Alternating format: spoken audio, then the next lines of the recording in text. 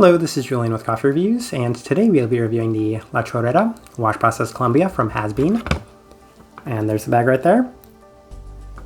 And Hasbean, based out of Stafford, England, and this coffee was featured in our most recent blind taste test rankings video as part of the Right Roast's June subscription box, where it finished 4th place out of 4 coffees on that day. And if you watched that video, then you saw we were able to pick this coffee out because we went into it expecting it to be the most developed cup of coffee since it is English. And English coffee roasters still tend to roast on the more traditional side of the spectrum when compared to their European contemporaries. And that was very much the case with this coffee, and it made it very easy to pick out from those 4 coffees. And it always makes for an interesting review given that we have a number of English coffees on this channel and we have a little bit of an English following as well. So for those reasons, looking forward to discussing this coffee, as this right here is day 23. And the Right Roast does have a brew guide for this coffee, which is a 16.67 to 1 water to coffee ratio, brewed at 96 degrees Celsius. And I liked it a little cooler, so 94 degrees Celsius for me. And I liked it best through the Chemex, which indicates a more medium grind. And roast profile is always really tricky when it comes to English coffees, because I would say that this is maybe on the slightly more developed side of an American light medium. So it's still on the more traditional side of English coffees from the ones that we've reviewed. So that's kind of the best way I can identify this roast profile. With that out of the way though, let's go ahead and start discussing this coffee. So day 13, first impression, which was that blind taste test rankings day. And as mentioned, yeah, we definitely picked this coffee out because it just felt more developed than everything else on the table. There are a fair bit of some darker aspects to it, most notably and distinctly a darker berry base, as well as a darker chocolate. And as a result, it left an okay first impression. Typically not the type of coffees I go for, but we're still going to see what we might be able to get from it, as on day 15. There were much of the same aspects to this cup of coffee the second time around, including that English roasty quality.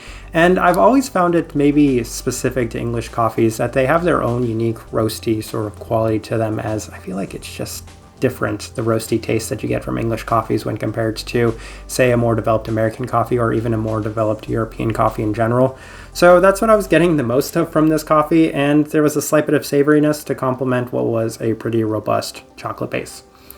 Day 17, coffee seemed to open up a little bit with the lowering of temperatures, and that's why I really like lowering the temperatures, as well as running it through the Chemex, as there was a bit more sweetness to the cup of coffee. And those are the best tips I have, as those really seemed to help this coffee. Slight bit of the savory herbality and chocolate still present, but there was much more of the dark berry sweetness, so the coffee was headed in the right direction.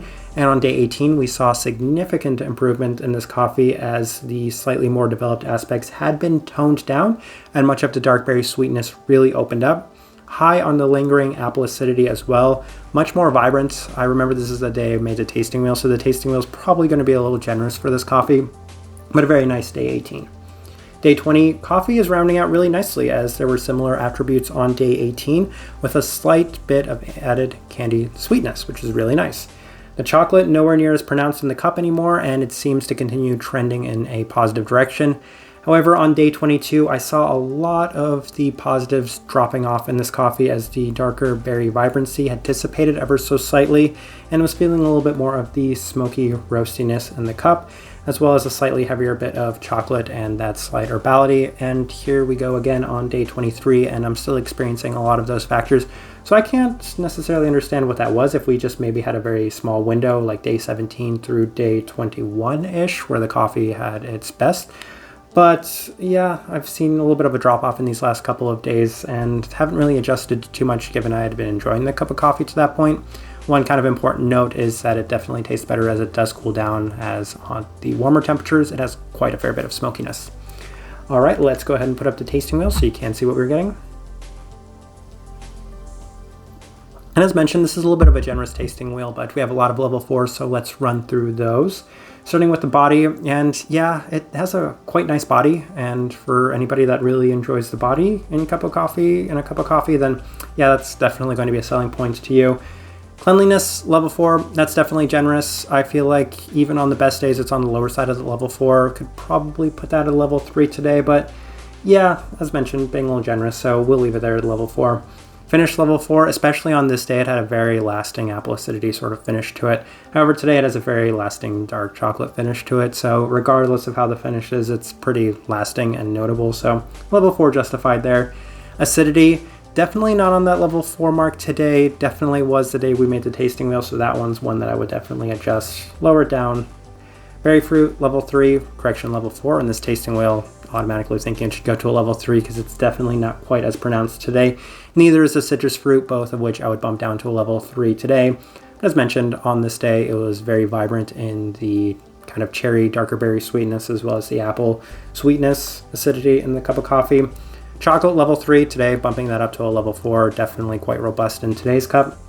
Smokiness, level 2, bumping that up to a level 3 today. I think even on this day, it was on the higher side of the level 2, lower side of level 3, but I just kind of kept that a little toned down, but it's definitely at the level 3 mark today.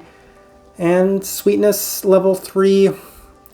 On those days where it was a really positive cup of coffee, I could have bumped that up to a level 4. Definitely would have been on the lower side of level 4, but it had some great sweetness to it on the days I was able to pull out that sweetness. So I think it's best at that level 3 mark. That's probably the most consistent mark it would have received throughout the time drinking this coffee.